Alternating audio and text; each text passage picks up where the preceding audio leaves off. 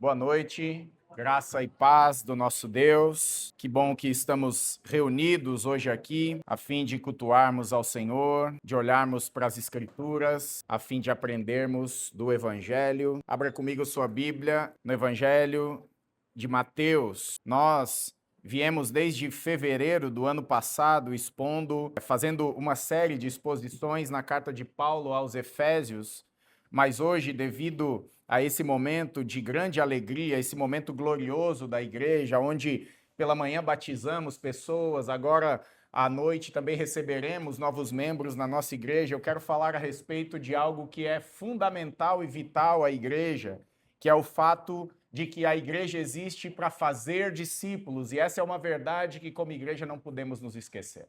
Por isso, então, fizemos uma pausa à nossa série de exposições na carta de Paulo aos Efésios, para então refletirmos a respeito desse texto hoje. Abra então comigo Mateus capítulo 28, verso 18 a 20, ou melhor, 16 a 20. Fique atento à Bíblia, fique atento à tela, se você não trouxe a Bíblia, e mantenha-na aberta para que então a gente possa ir acompanhando o texto. Vamos à leitura? Diz assim: Os 11 discípulos foram para Galiléia, para o monte em que Jesus lhes indicara. Quando o viram, o adoraram, mas alguns duvidaram. Então Jesus aproximou-se deles e disse-lhe: Foi-me dada toda a autoridade nos céus e na terra. Portanto, vão e façam discípulos de todas as nações, batizando-os em nome do Pai, do Filho e do Espírito Santo, ensinando-os a obedecer tudo o que eu lhes ordenei, e eu estarei com vocês até o fim dos tempos. Vamos orar mais uma vez? Senhor, obrigado pela tua palavra, Deus. Palavra essa que sustenta a nossa fé, que alimenta a nossa caminhada e que nos anuncia o nosso bendito Salvador e Senhor Jesus Cristo. Rogamos, ó Deus, ao Espírito Santo que ele ilumine o nosso entendimento e nos ajude, Senhor, a compreender essas verdades que são comuns, é verdade, à tua igreja. Porém, por serem comuns, por vezes nós as deixamos de lado.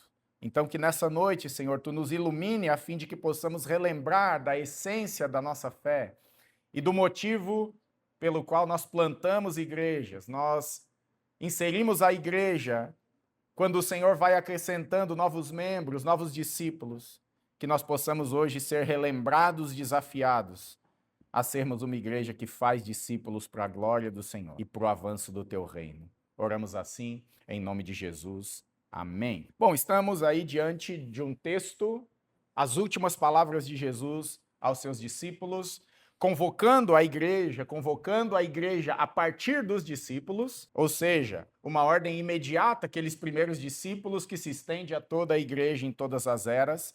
Nós vemos aí as palavras do Senhor.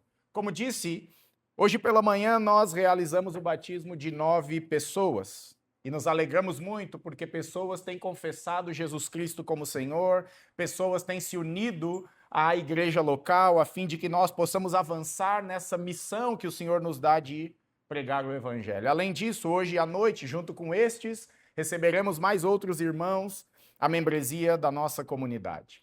Mas veja, isso não é meramente uma cerimônia, nós não estamos apenas cumprindo uma tabela ou uma agenda da igreja. Nós estamos testemunhando a continuidade da missão que o próprio Cristo iniciou de alcançar pecadores e uni-los ao seu povo, que é a igreja. Então, é um momento de alegria, é um momento de compromisso e de renovação da nossa fé diante do Evangelho e do nosso Salvador. Pois vemos diante de nós, na vida de cada nova pessoa, na vida e na face de cada novo discípulo, a profissão pública de fé, o compromisso com Jesus, diante dessa comunidade que hoje aqui se encontra pela fé. Mas essa ocasião não é apenas esse momento festivo. Diante dessa realidade que nos lembra que o Evangelho ainda atua, que o Evangelho ainda é o poder de Deus para a salvação, que o Evangelho ainda tem alcançado pecadores perdidos, essa ocasião e esse texto nos levanta algumas perguntas que são essenciais e que por vezes nós precisamos fazê-la. Por que a igreja existe? Será que a nossa missão se resume a reunir pessoas, realizar cultos ou manter tradições? Ou será que fomos chamados para algo muito maior e mais significativo? Nesse texto diante de nós encontramos, como disse, as últimas palavras registradas, as últimas palavras de Jesus registradas por Mateus, antes de ele subir aos céus para junto do Pai. E essas palavras, irmãos, atente-se para isso, não são apenas uma despedida de Jesus, mas é uma convocação aos discípulos de Jesus e à sua igreja em todas as eras a continuarmos a cumprir a missão que Jesus iniciou por meio da sua própria vida, morte e ressurreição. Fazer discípulos que o confessem, que vivam para se tornarem cada dia mais parecidos com ele. Aqui nesse texto, Cristo revela algumas coisas importantes a respeito da igreja. Ele revela a sua identidade, a sua missão, que é viver sob sua autoridade, fazer discípulos, batizar e ensinar aqueles que creem em Jesus a viverem uma vida de obediência. Basicamente, esse é meu sermão hoje aqui. Então, hoje, ao olharmos para esse texto, nós veremos que a igreja bíblica existe para fazer discípulos. Essa é a nossa missão. Não nos reunimos aqui para angariar recursos para os pastores da igreja. Não nos reunimos aqui para fazer o nosso nome famoso.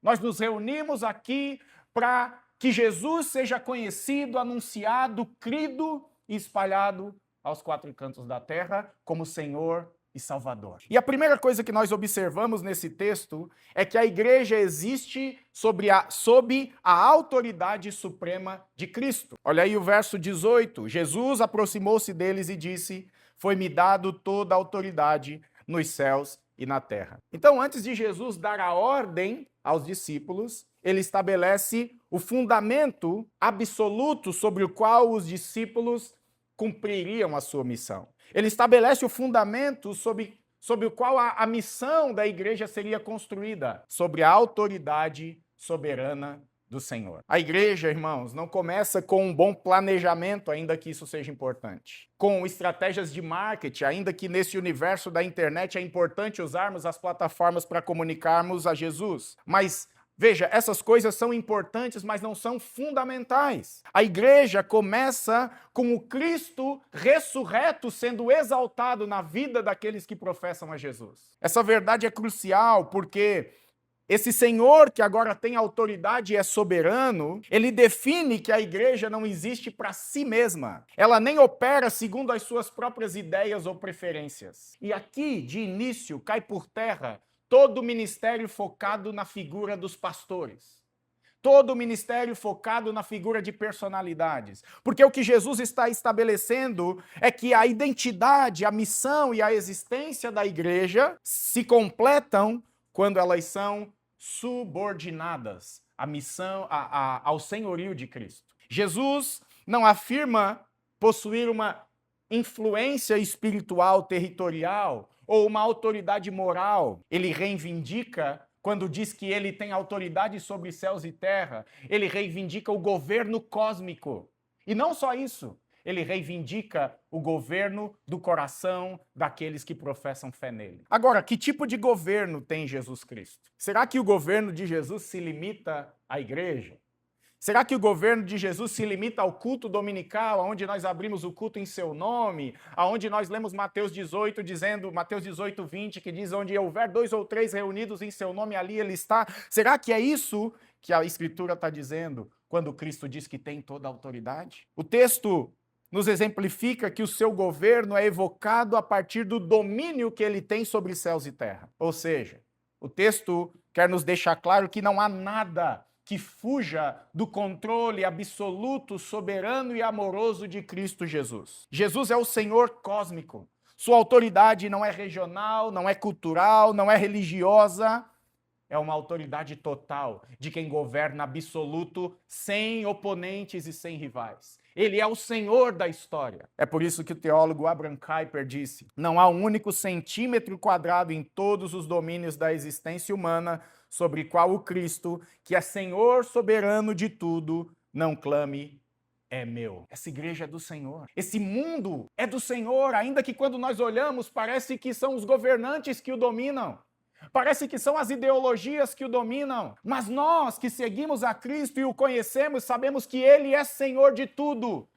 E Ele está fazendo todas as coisas convergir sob o seu governo, e quando lemos a Escritura, sabemos que ele colocará todos os seus inimigos no estrado dos seus pés, porque ele é Senhor e tem autoridade sobre ele. Por isso, irmãos, a essência da igreja e a missão da igreja começa quando ela se curva diante de Cristo, quando ela reconhece que toda a sua vida, toda a sua missão, toda a sua autoridade, ou melhor, toda a sua identidade, existem sob a absoluta autoridade do Senhor Jesus Cristo. E eu não quero ser generalista, porque quando eu digo a igreja, eu estou falando de você. Logo, você não pode achar que pode viver a sua vida sem estar sujeito ao seu Senhor Jesus Cristo.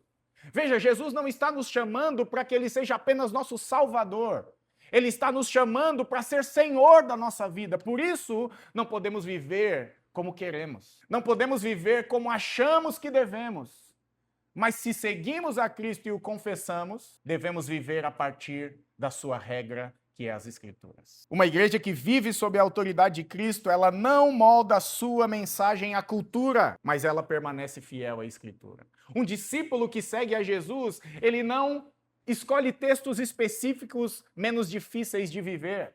Ele vive a integralidade da verdade das Escrituras, porque é assim que nós nos mantemos fiéis em meio a uma cultura de infidelidade. É assim que nós nos mantemos fiéis à verdade numa cultura onde diz que a verdade não mais é absoluta, mas nós cremos nesse Senhor que governa todas as coisas por meio da sua palavra. É isso que diz o autor de Hebreus, capítulo 1, verso 3, que antes o Senhor falava por sonhos e visões por meio dos pais e dos profetas, mas agora ele não só fala, como ele governa todas as coisas pela palavra do seu Filho, o nosso bendito Salvador Jesus Cristo. Então, antes de nós pensarmos, irmãos, no que fazer, nós devemos pensar sob a autoridade de quem a igreja é edificada. Porque se ela é meramente edificada sob a minha autoridade, essa igreja fechará, morrerá e não terá impacto nessa cidade. Se o nosso ministério for fundado sob a autoridade dos líderes e dos pastores, ele está fadado ao fracasso. Mas se essa igreja está edificada sobre a rocha que é Cristo, está vivendo sob a autoridade, o poder e governo de Cristo, ele mesmo declarou que as portas do inferno não prevalecem contra a sua igreja. Então, havemos isso no nosso coração. A nossa fé só existe e subsiste, e a manutenção dela só acontece se nós estivermos sob o governo poderoso e amoroso do nosso Cristo. Em segundo lugar, a igreja existe para fazer discípulos de Cristo, de Cristo, de Cristo. Por que eu ressalto e reforço isso? Quantos lugares nós temos gente trazendo estratégias de imitação do pastor, do coach, do líder? Irmãos, se você me imitar, você vai falhar, você não vai durar. Porque eu sou um pecador que careço de imitar aquele que é perfeito. Careço de que o Espírito habita em mim, para que eu possa seguir os passos daquele que me conduz à eternidade em segurança. Por isso, a igreja existe para fazer discípulos de Cristo. Olhe para o verso 19. Portanto, vão e façam discípulos de todas as nações, batizando-os em nome do Pai, do Filho e do Espírito Santo. Então, depois de Jesus declarar a sua autoridade absoluta sobre céus e terra, ou seja, simbolizando que não há nenhum domínio que ele não seja Senhor, Jesus estabelece então a missão central da sua igreja. Essa ordem, irmãos, não é um apêndice secundário ao evangelho, mas é a expressão prática do reinado de Cristo na história. Se você tem acompanhado a série em Efésios, nós já vimos que é por meio da igreja que o Senhor demonstra a sua glória ao mundo. É por meio da igreja que o Senhor demonstra o seu reino, o seu governo no mundo. O Senhor ressurreto, ele governa a igreja e a envia ao mundo com uma tarefa específica. Não é construir denominações, não é ter uma expansão de dominância, né? Dominando regiões, tendo ali estrutura, infraestrutura, relevância cultural. Não é isso que o Senhor nos chama a fazer. A nossa tarefa não é ter um investimento financeiro, a nossa tarefa não é ter a nossa marca muito bem estabelecida como igreja reformada em Palhoça ou em outras regiões, quando assim o Senhor desejar nos levar. A nossa tarefa específica é fazer discípulos. A nossa tarefa não é perguntar o que dá certo para a igreja crescer. A nossa tarefa não é buscar estratégias humanas para que a igreja bombe, esteja no hype, tenha um Instagram cheio de seguidores. A nossa tarefa é estar vivendo sob a autoridade de Cristo, a fim de que discípulos sejam feitos por meio da pregação do Evangelho. Aqui está a essência missional e missionária da igreja. Por isso, irmãos, nós evangelizamos. Por isso pregamos o Evangelho. Por isso desejamos plantar novas igrejas. Porque entendemos que dessa forma discípulos são alcançados, Cristo é anunciado, pessoas são transformadas e o Evangelho avança pelo mundo. Jesus não chama a sua igreja apenas para preservar tradições. Irmãos, tem igrejas abertas de domingo a domingo, cujo evangelho não é mais pregado, apenas tradições são relembradas, não há mais vida, só há treliça, não há videira. Então não fomos chamados para isso, para organizar reuniões religiosas ou expandir estruturas institucionais ou denominacionais. Ele convoca a cada um de nós a participar ativamente da expansão do seu reino por meio da pregação do evangelho e da formação de novos discípulos. Por isso, irmãos, a igreja existe para multiplicar seguidores obedientes a Jesus Cristo. Por que é importante ressaltar isso aqui? Porque não devemos reproduzir consumidores, não devemos reproduzir multidão, não devemos reproduzir observadores, devemos multiplicar discípulos que creem em Jesus, que vivem a partir de Jesus, que têm a sua vida sujeita à autoridade e o governo de Jesus Cristo. E agora, esse texto é importante a nós porque o verbo que ordena a nós aqui não é o ir, não é o vão, mas é o façam discípulos. Esse é o verbo imperativo, façam discípulos. Essa é a ordem central aqui. Os demais verbos, vão, batizem, ensinem, ou indo, batizando e ensinando, eles explicam o como nós fazemos isso. Então Jesus não diz, façam convertidos, coletem decisões de gente que levantou a mão na hora da oração, atraiam multidões, criem admiradores e consumidores. Ele diz, façam discípulos. E o Novo Testamento vai nos dizer que discípulo é alguém que aprende do Evangelho. É um seguidor, é alguém que é moldado pela imitação do seu mestre e pelo ensino do seu mestre. Portanto, fazer discípulos significa conduzir pessoas a uma relação viva de obediência a Cristo por meio do Evangelho. É o Evangelho que forma os discípulos. Se nós pregarmos prosperidade, nós vamos formar discípulos sedentos por prosperidade. Se nós pregarmos uma vida fácil, nós vamos formar discípulos que querem uma vida fácil. Mas se nós pregarmos o verdadeiro evangelho, que é abandonar os nossos pecados, carregar a nossa cruz, ter Cristo como Senhor dos nossos corações, de que nós padeceremos e sofreremos por esse evangelho, formaremos discípulos verdadeiros, discípulos fiéis, que carregam no seu corpo as marcas de Cristo, como diz o apóstolo Paulo. Portanto, fazer discípulos, irmãos, significa isso, conduzir pessoas a Cristo. E eu tenho uma forma que eu gosto de definir. Fazer discípulos é seguir a Jesus e ajudar outras pessoas a seguir a Jesus. Talvez você que se batizou hoje aqui, alguém te ajudou a conhecer a Jesus. Alguém te ajudou a seguir a Jesus. Alguém está te ajudando a seguir a Jesus. Por isso, em nossa comunidade, nós temos os pequenos e microgrupos, onde ali nós queremos ser ajudados e ajudar pessoas a seguir a Jesus. Agora, até onde vai a nossa missão? Porque o texto diz, vão e façam discípulos. Em outros textos, nós vemos Jesus dizendo, olha, Atos capítulo 1, verso 8, vocês receberão poder ao descer sobre vós o Espírito e ser-me-ão testemunhas em Jerusalém, Judéia, Samaria e os confins da terra. O mundo todo é o lugar da nossa missão. E aí você pode estar pensando, Rafael, mas a minha realidade hoje não me permite largar meu trabalho, minha cidade, meu conforto. Tudo bem, talvez isso não seja exigido de você, mas aonde você trabalha, aonde você se diverte, aonde você se exercita, ali tem pessoas que podem ser alcançadas por você. Os limites da nossa missão, é verdade, contemplam todas as nações. Gente de diversas etnias, povos, tribos, línguas e nações. E talvez o Senhor te envie para lugares inóspitos, mas eu tenho plena certeza que Ele enviará aqueles que aqui, agora, estão preocupados em fazer Cristo conhecido na vida daqueles que ainda não o conhecem. Porque a verdadeira igreja não existe apenas para aumentar os seus números, mas para multiplicar discípulos que refletem a vida e o senhorio de Cristo, que vão ao trabalho querendo sim fazer um bom trabalho, mas também buscando oportunidades de anunciar a Cristo. Que vão sim à academia se exercitar, porque isso é importante, mas não só para fazer os seus músculos crescerem, mas para fazer crescer aqueles que confessam Cristo como Senhor e Salvador. Por isso, cada membro dessa igreja, cada discípulo que aqui serve ao Senhor é chamado não apenas a frequentar a igreja, mas a participar da missão de fazer discípulos, compartilhando o evangelho com as pessoas à sua volta. Em terceiro lugar, a igreja existe como uma comunidade pactual. Veja o verso 19. Portanto, vão e façam discípulos de todas as nações, batizando-os em nome do Pai, do Filho e do Espírito Santo.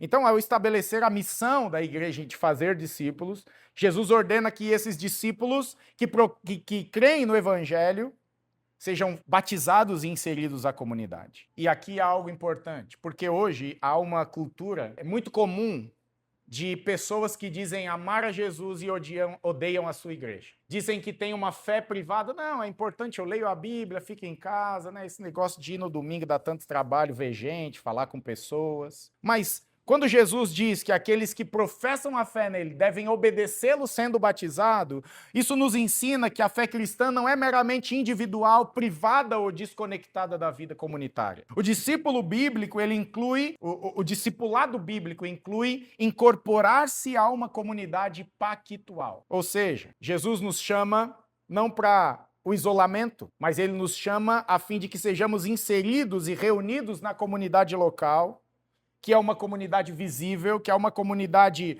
que tem um endereço, que é uma comunidade com líderes habilitados biblicamente. É uma comunidade marcada por fé, por doutrina, pelas ordenanças, pela comunhão. Por isso, irmãos, o batismo ele ocupa um lugar importante na missão da igreja, porque o verbo batizando-os aqui aparece como parte importante no processo de fazer discípulos. Porque, irmãos, confessar Jesus no coração não basta apenas. Nós precisamos fazer as pessoas saberem a quem nós pertencemos, e nós iniciamos isso quando publicamente confessamos e professamos a nossa fé ao nos batizarmos e ao aderirmos à membresia de uma igreja local. Isso significa que o discipulado cristão não se limita à conversão interior, mas envolve identificação pública com Cristo, entrada visível numa comunidade de fé, submissão ao Deus triuno, ao Pai, Filho e Espírito Santo, compromisso com o corpo de Cristo, serviço e edificação ao povo de Deus. A ordem é clara. Aqueles que creem devem ser incorporados por meio do batismo a uma comunidade local, visível e real. Por que isso é importante? Porque no Novo Testamento, o batismo é muito mais do que um símbolo emocional ou uma tradição religiosa.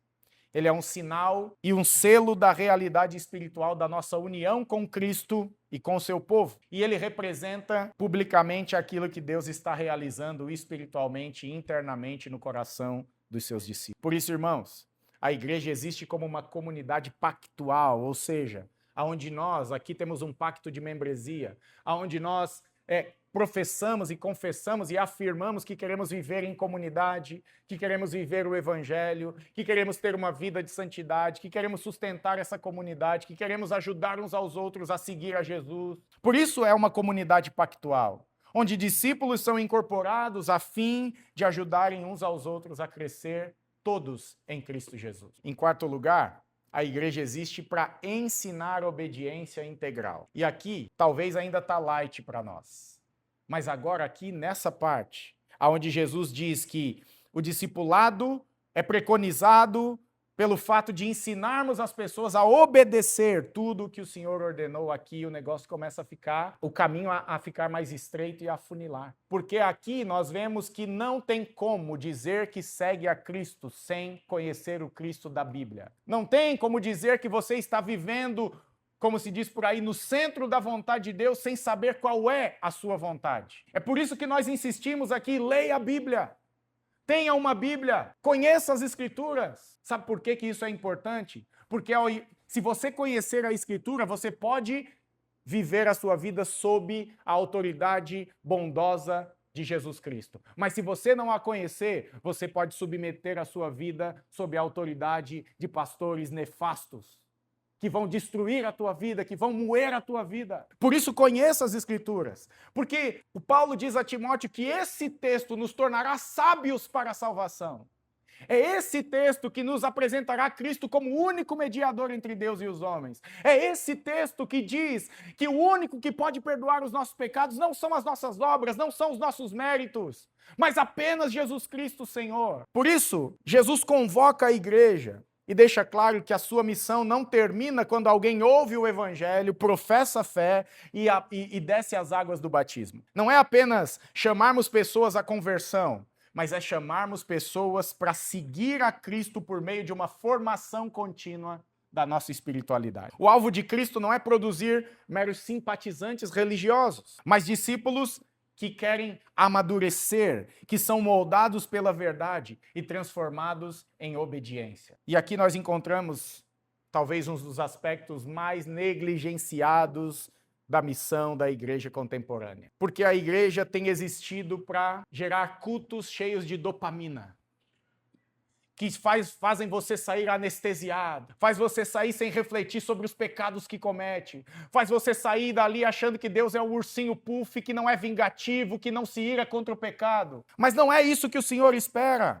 A igreja não existe para alcançar pessoas apenas, mas para formar pessoas a partir da verdade do evangelho, que serão confundidas com o próprio Cristo ao viver uma vida de santidade. A ordem de Jesus revela que o discipulado verdadeiro vai além das decisões iniciais, irmão. Porque às vezes um culto muito bem, com louvor muito bem feito, ele pode nos emocionar inicialmente, mas Jesus diz que para segui-lo não basta emoção, mas ele exige um certo tipo de amor, que é amá-lo sobre todas as coisas. Um certo tipo de sofrimento, que é carregarmos a nossa cruz, ainda que isso nos cause dores, e que é abandonar todas as coisas que nos prendem com os ídolos do nosso coração. É esse tipo de discípulo que o Senhor está formando, e ele o forma pelas Escrituras. Então não é uma decisão emocionada, irmão. Ela envolve uma vida inteira de ensino, de correção, de santificação, de se conformar à vontade de Deus. É por isso que Paulo diz a Timóteo: toda a Escritura é inspirada por Deus e útil para a correção, para a exortação, para a repreensão e para a educação na justiça, a fim de que todo homem seja aperfeiçoado para toda boa obra. Então não se trata, irmãos, de ensino ocasional, mas de um processo permanente de formação. Por isso que o verbo ensinando-os comunica uma instrução contínua. Instrução contínua. Por isso nós insistimos, leia a sua Bíblia continuamente. Por isso que aqui nós não deixamos de falar continuamente desse evangelho, porque é ele que nos transforma. É ele que vai nos recônditos do nosso ser e encontra pecados que nós não víamos, a fim de expô-los à luz, para que nós sejamos santificados e nos pareçamos mais com Jesus. A igreja, irmãos, ela é chamada a transmitir fielmente a palavra de Deus de geração em geração. Mas há um movimento novo de crescimento de igreja que estão fazendo estratégias muito boas. Nós fomos chamados a permanecermos fiéis. Eu não quero saber o que estão fazendo por aí. Não me importa se as igrejas estão crescendo e como elas estão crescendo. Importa-nos como ministros do Evangelho, sermos fiéis ao Evangelho. Importa-nos como discípulos de Jesus, sermos fiéis a Jesus. É isso que nos importa. Mas tem uma estratégia para nós crescermos muito. Irmãos, o Evangelho gera os resultados do Evangelho. Quem está aqui desde o começo, nossa comunidade tem 4 anos, começou com 3 famílias numa ótica. Isso aqui não é fruto de estratégias, irmãos. Isso é resultado do Evangelho de Jesus Cristo.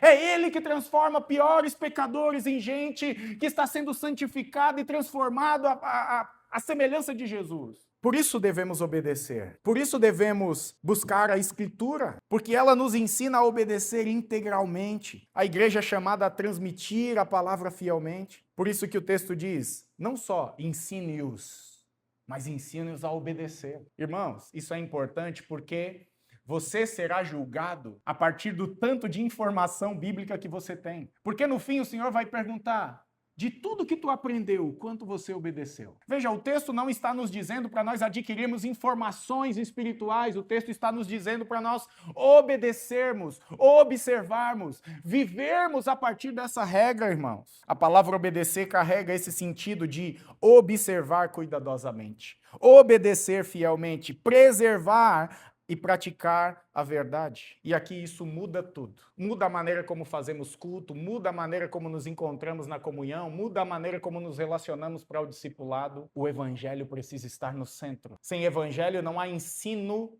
a respeito do conhecimento de Deus. E é o conhecimento de Deus que nos dá vitória contra os nossos pecados.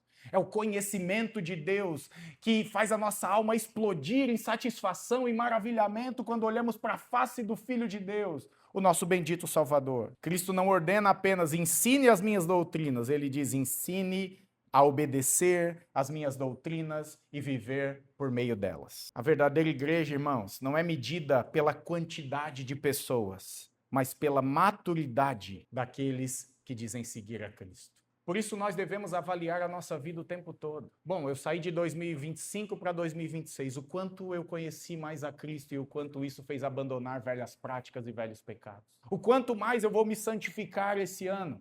Quantas pessoas esse ano eu vou alcançar para Cristo no sentido de falar a elas o Evangelho, orar por elas, servi-las? A missão da igreja não termina quando alguém entra pelas águas, mas ela continua quando essa pessoa aprende a viver cada área da sua vida sob o senhorio de Cristo. Por isso, irmãos, obediência integral, ela alcança o seu casamento, a criação de filhos, o seu trabalho, as suas finanças, a sua santidade pessoal. Por fim, em quinto lugar, a igreja existe porque ela é sustentada pela presença constante e fiel de Cristo. Veja aí Mateus 28:20. Ele diz no final, e eu estarei sempre com vocês até o fim dos tempos. Ao concluir o seu chamado em fazer discípulos, Jesus não encerra apenas com essa ordem, façam discípulos. Mas ele também nos traz uma promessa. Depois de declarar sua autoridade, depois de confiar à igreja a sua missão de fazer discípulos, Cristo assegura que jamais a igreja cumpriria a sua missão sozinha. Se você quer sentir a presença real de Cristo, se você quer ter certeza que Cristo está com você, se envolva na obra de fazer discípulos. É claro, irmãos, que nós precisamos de Cristo, sabe por quê? Porque essa missão é maior do que a nossa capacidade. Nós não temos capacidade de fazê-la sem Cristo. E aí eu preciso abrir um parênteses aqui para dizer que é muito fácil encher uma igreja. É só dizer aquilo que as pessoas querem ouvir. É só ter uma boa equipe de marketing. É só ter um bom administrador. É só colocar ali fora que tem uma campanha de que Cristo vai fazer esse ano você trocar de carro. Que você vai sair de cauda para cabeça. Irmãos, eu não dou um ano para nós precisar de um lugar 3 vezes maior do que isso. Mas por que nós precisamos de Cristo? Porque essa missão é grandiosa. Veja, quais são os limites dessa missão? O mundo inteiro. Os confins da terra devem ser alcançados, porque o Senhor deseja que todo mundo seja cheio da sua glória, e a sua glória só é manifestada quando Cristo é anunciado e ele se assenhora dos nossos corações, como o Senhor da nossa vida e Senhor da igreja. Por que precisamos de Cristo? Porque esse mundo odeia a Jesus Cristo. Esse mundo odeia o Evangelho, e esse mundo há de nos odiar. Estranho, irmãos, quando nós não formos odiados, há algo errado. Talvez nós estamos, ao invés de ser o sal da terra, sendo o caramelo da terra. A oposição é real àqueles que professam a Cristo, não é à toa que cristãos têm morrido no mundo todo, única e exclusivamente por dizer que as suas vidas pertencem a Cristo. Nós precisamos da presença de Cristo constantemente. Sabe por quê? Porque se Cristo não for Senhor da igreja, depois de um churrasco, eu e o pastor Diego podemos começar a pensar que talvez a igreja seja um bom negócio para nós enriquecermos. Mas quando Cristo é o Senhor da igreja, ele expulsa aqueles que entram pela janela ao invés de conduzir as ovelhas pela porta. Jesus chama esse de ladrões e salteadores, mas não é isso que queremos ser. Por isso que precisamos da presença constante de Cristo. Desde o início do Evangelho, em Mateus capítulo 1, verso 23, Mateus vai apresentar Jesus como Emanuel, Deus conosco. E agora no final aqui, das últimas palavras de Jesus, ele continua reafirmando essa verdade. Mas não agora como esse servo, sofredor e humilde, mas agora como esse Salvador vitorioso que está prestes a ser assunto aos céus, para sentar à destra de Deus e reinar de fato sobre todo o universo. O Evangelho, irmãos, começa com a promessa da presença divina e termina com a garantia permanente dessa presença. Isso aqui, de novo, traz uma verdade poderosa e importante a nós. Que toda a vida dos discípulos e toda a vida da igreja só acontece e só é bem-sucedida debaixo da companhia real do nosso bendito Salvador Jesus Cristo. Por isso a expressão "eu estarei com vocês" não é um simbolismo ou apenas um conforto emocional, irmãos. Trata-se da presença ativa, constante, real do nosso Rei ressurreto que governa a igreja por meio do seu Espírito, que a sustenta, que a fortalece, que a governa e que a capacita para que nós possamos cumprir a missão e nos tornarmos cada dia mais parecidos com Jesus. Porque Cristo, irmãos, não apenas envia a igreja, ele a acompanha. Não apenas ordena, ele a fortalece. Não apenas comissiona, ele a sustenta com a sua destra. Por isso que essa frase, até o fim dos tempos, enfatiza uma continuidade absoluta da presença de Cristo em nós, através de nós e no governo da sua igreja e das nossas vidas. Não há momento, irmãos, em que Cristo abandone a sua igreja. Não há momentos, irmãos, em que Cristo abandone você. Talvez eu não saiba aqui as dores, os sofrimentos que você esteja passando, mas eu reafirmo isso. Cristo o sabe, porque Ele é fiel, a sua presença é real, a sua presença é fiel. Nos momentos de crescimento, nos momentos de perseguição, nos momentos de alegria, nos momentos de sofrimento, em todos os momentos da vida da sua igreja e dos seus discípulos, o Senhor é fiel, a sua presença não é intermitente, ela é ininterrupta, irmão. Não há nada que nos separe dessa presença. Não há nada que nos afaste desse amor. Mesmo quando a igreja enfrenta fraquezas, Cristo permanece fiel. Isso significa, irmãos, que a segurança da igreja e a segurança dos seus discípulos não está na estrutura, não está na vida financeira estável da igreja, não está na relevância cultural, nem na liderança humana. Sua verdadeira esperança está na presença fiel de Cristo. A igreja permanece porque Cristo permanece. Igrejas acabam porque Cristo foi esquecido nos seus púlpitos, nas suas conversas de corredores, no seu aconselhamento. A missão da igreja, irmão, se estende até o fim da era presente, até que Cristo volte a buscar a sua igreja. E nós, ao entrevistarmos os irmãos que desejam se tornar membros e aqueles que se batizaram, nós perguntamos: o que o Senhor espera encontrar os seus discípulos fazendo até que ele volte? A resposta é essa: fazendo discípulos até que ele venha. Vivendo a vida sob a autoridade poderosa e amorosa do nosso amado Cristo. A igreja, irmãos, não precisa confiar em métodos humanos para garantir sua sobrevivência. Ela é chamada a permanecer obediente, sabendo que Cristo está presente para cumprir nela os seus propósitos. Isso se aplica à minha e à sua vida. Por isso, ser e fazer discípulos é viver sob a autoridade do Senhor que deu a sua vida por seu povo, para que ao final dos tempos possamos estar em seu reino eternamente e possamos ouvi-lo dizer: entre, servo bom e fiel, para o domínio eterno do seu Senhor.